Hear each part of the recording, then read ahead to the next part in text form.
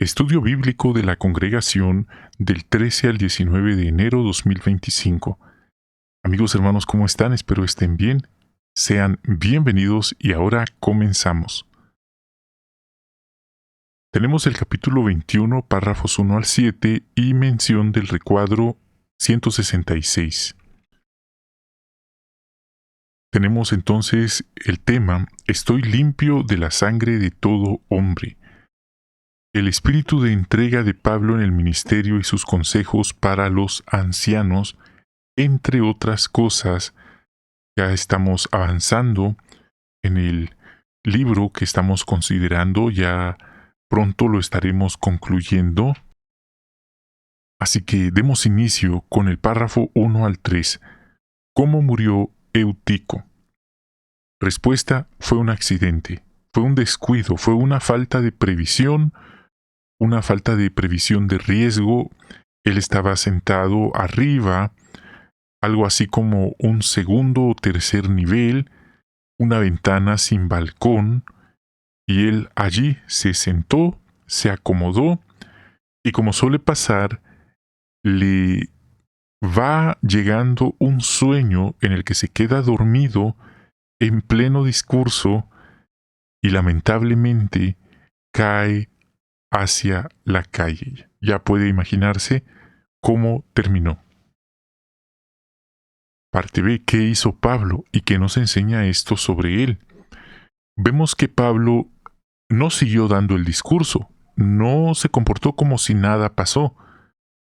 Inmediatamente, él bajó y sin que nadie se lo pidiera, él hizo un milagro de resucitar a Eutico. Esto es muy importante, porque ¿qué nos enseña esto? Que Pablo era razonable, bondadoso, empático, no era insensible a las necesidades de los demás, no era alguien severo, alguien malo. Pablo no tuvo la culpa de que muriera Eutico, y él podría haber dicho: Eutico tuvo la culpa por quedarse dormido. Pero tampoco quería que los hermanos se quedaran con un recuerdo tan desagradable, ni que ese accidente perjudicara la fe de ellos. Así que, al haber resucitado a Eutico, Pablo consoló a los hermanos y los animó para que siguieran predicando.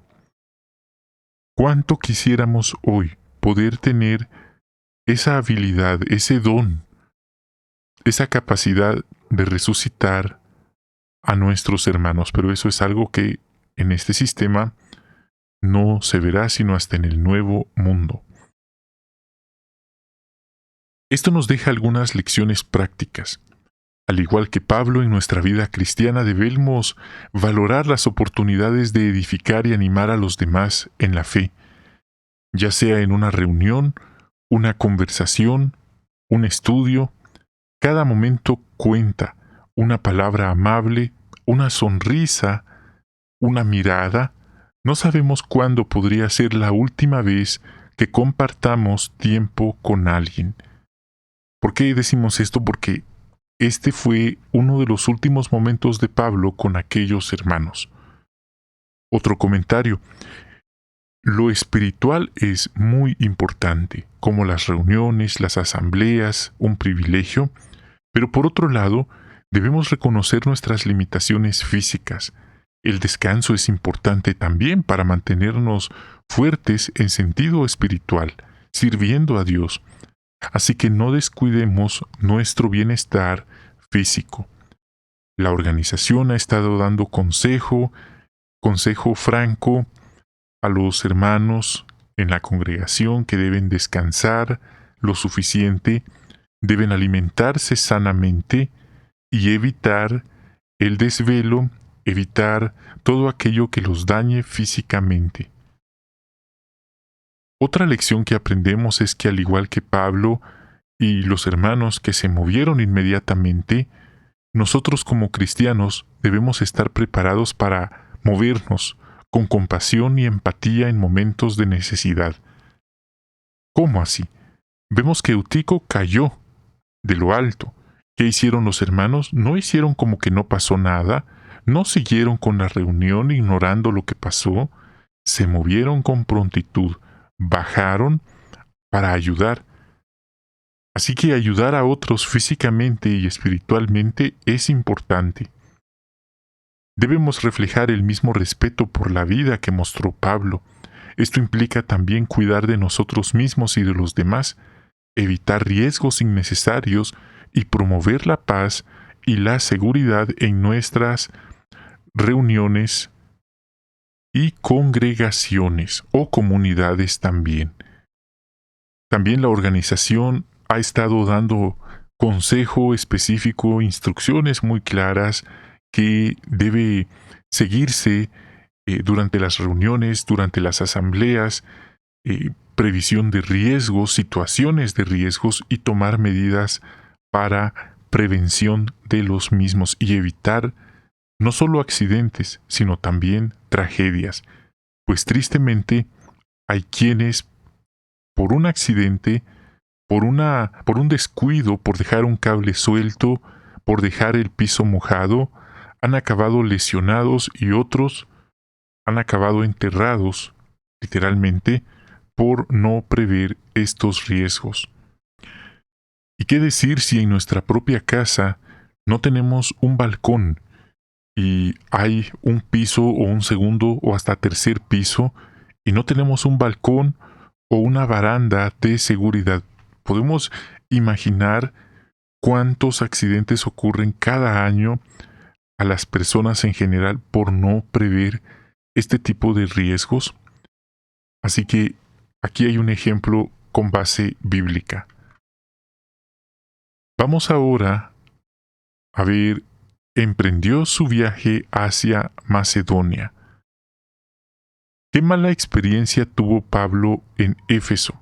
Bueno, como vimos anteriormente, él estaba predicando y los plateros, encabezados por el astuto de Demetrio, dice, provocaron un disturbio y la gente se puso muy furiosa y violenta en contra de Pablo y de los hermanos.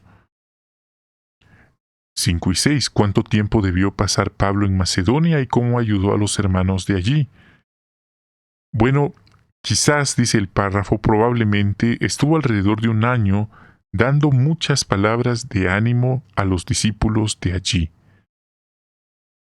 Qué interesante este punto, dar ánimo. Él pudo haberles dicho, ustedes tienen que ir a predicar y consigan estudiantes de la Biblia y que la obra crezca y consigamos más adeptos y más hermanos y para que sigamos predicando y la obra avance lo más pronto posible. Pero él se centró en animar a los hermanos y él notó que animarlos era efectivo porque ellos reaccionaban mejor al amor, al ánimo. Pablo no solo decía que amaba a los hermanos, también lo demostraba con acciones. Él mismo escribía cartas específicas y puntuales, él mismo organizaba incluso la ayuda material para los hermanos en necesidad.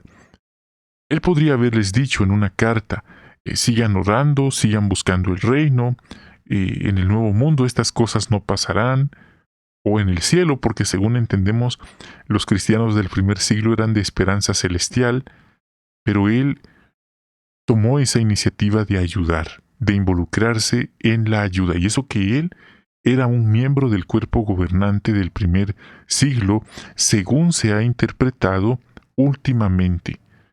Así que él ayudó a los hermanos, no solo con palabras amables, sino con acciones puntuales. Otro comentario, en aquel entonces no habían redes sociales como hoy. No existía JW Broadcasting, pero él se tomaba el tiempo para escribir cartas, lo cual es una muestra de interés personal. Parte B, ¿cómo veía Pablo a sus hermanos en la fe? Este es un punto muy interesante porque Pablo tenía cualidades muy sobresalientes. ¿Y por qué decimos esto? Pablo no era como los fariseos, o como un típico fariseo, estirado, orgulloso, que mira a los demás como inferiores, que los hace sentir de menos, que no están al mismo nivel. Pablo no era como el típico fariseo que no cabía de ego al entrar en la sinagoga o en el lugar de los hermanos. Pablo no se creía más que los demás. Él no veía a los demás que estaban para servirle, al contrario, él se consideraba un servidor de los hermanos. Él estaba para servirle a los hermanos. Por eso decimos que él tenía las cualidades. Él no era conocido como el superintendente de circuito o como un miembro del cuerpo gobernante. Él era conocido como el hermano que ayudaba y que animaba a los demás. El hermano ungido que ministraba a los demás. Imagínese. Así que si a él le quitaban sus privilegios, estoy hablando de una manera hipotética, él iba a seguir siendo el hermano de siempre, el mismo hermano bondadoso de siempre. Hay quienes cuando pierden un privilegio cambian su personalidad. Ese gran ego que tenían se va, desaparece, y solo queda un recuerdo de una persona que cuando tuvo un poco de autoridad trataba a los demás con falta de bondad, y ahora que ya no tiene ese puesto, se da cuenta que fue un error haber tratado así a los demás. Pablo tampoco miraba a los hermanos como una fuente de ingreso o de dinero. Más bien, él amaba a las ovejitas de la congregación. Él miraba a los hermanos como compañeros de equipo, no como competencia, y siguió viéndolos así incluso cuando tuvo que aconsejarlos con firmeza. Este es un punto muy importante y es bueno que lo entendamos porque si nosotros pensamos que un buen hermano nombrado es aquel que trata a los demás como inferiores, que le gusta mandar a los demás de una manera déspota, de una manera tirana, si nosotros pensamos que ese es un buen hermano, en realidad no es ejemplar y ese no es el modelo bíblico. No es el modelo que Pablo y Jesucristo y los demás nos han puesto en las Escrituras. Comentemos algunas lecciones. Como cristianos vamos a enfrentar desafíos y oposición en nuestra vida. La clave es no desanimarnos ni rendirnos. Sigamos adelante con perseverancia, confiando en que Dios nos dará la fuerza necesaria para superar cualquier obstáculo. Un papel esencial en la vida cristiana, y esta es una de las cualidades de un buen cristiano, es animar a los demás, ya sea con palabras, acciones o simplemente estar presentes. Nuestra sola presencia puede animar a los demás. Como dijo el hermano Mark Numer, un instructor de Galaad, que no se les conozca a los hermanos por el privilegio que tienen, sino por las cualidades que demuestran. La comunicación y el apoyo mutuo son fundamentales en la vida cristiana. Debemos estar atentos a las necesidades de nuestros hermanos. Otra lección es que debemos cultivar una actitud de humildad y compañerismo. ¿Cómo vemos a nuestros hermanos? Si somos de los que les gusta dar órdenes y mandar a los demás y se nos da un privilegio, podríamos convertirnos en una verdadera amenaza para nuestros hermanos. Pero si los vemos como nuestros compañeros de equipo, como iguales, no como inferiores, la cosa cambia. Otro comentario. En ocasiones puede ser necesario dar consejo o incluso corrección. Hagámoslo siempre con amor y firmeza, asegurándonos de que nuestras palabras estén guiadas por el deseo de edificar y ayudar a los demás a acercarse más a Dios. Esto lo hemos comentado en otros videos. La crítica. La crítica puede ser constructiva y puede ser destructiva. Ese es un punto para meditar. Y muchas veces percibimos la intención de la persona que da una crítica.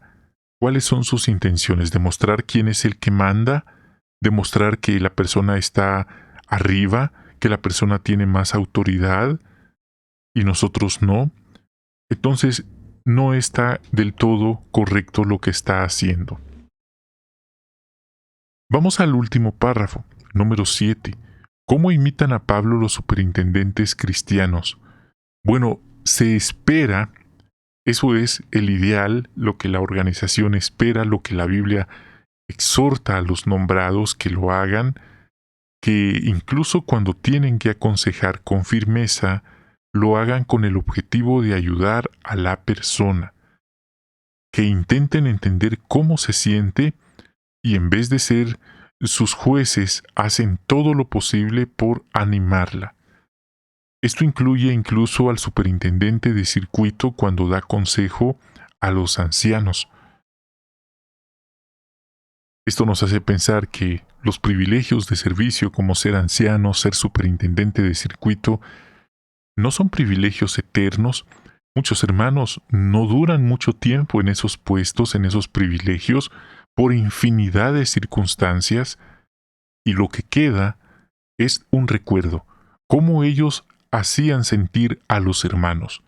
Si los hacían sentir importantes, los hacían sentir escuchados, respetados, o los hacían sentir incómodos, inferiores, estresados o hasta de menos. Bueno, cada hermano sabe cómo ha sido su interacción con los hermanos. Comentemos ahora algunas lecciones. Y esto es un punto muy interesante, porque cuando vemos a alguien que está pasando por un momento difícil y empieza a faltar a las reuniones y a la predicación, es tan fácil apresurarnos a corregirlo, apresurarnos a escribirle o decirle el texto de Hebreos 10, 24 y 25 y Mateo 28, 19 y 20 de predicar y reunirnos. Pero, como dijeron en un broadcasting, esos hermanos iban con la intención de decirle a la hermana estos textos porque se ausentaba de las reuniones y de la predicación, y cuando le preguntaron cómo estaba, ella les expresó que había estado muy enferma y delicada de salud, y que ya iba saliendo de su enfermedad, pero que nadie de su congregación la había ido ni a visitar y mucho menos a ayudar. Entonces, el hermano, con mucha vergüenza, se sintió mal porque se dio cuenta que el problema no era que la hermana estaba fallándole a Jehová, más bien eran los hermanos los que le estaban fallando a Jehová por su falta de amor y su falta de empatía. Nada más querían dar el consejo, la corrección, pero después de esa conversación se dieron cuenta que la pregunta correcta era ¿qué necesita? Es mejor preguntar cómo se siente y escuchar con atención, y eso nos permitirá ofrecer palabras de ánimo que edifiquen. Por otro lado, si solo vamos a dar el consejo, el regaño, eso no va a ayudar del todo. Si vemos que alguien en la congregación está luchando, en vez de criticarlo negativamente, ofrezcamos ayuda práctica y palabras que animen y motiven. Hemos llegado al final de esta consideración, de este resumen guiado de varios puntos muy interesantes que hemos visto para esta semana, así que muchas gracias por su visita. Bendiciones de Jehová para ustedes, sus queridas y apreciadas familias, y hasta la próxima.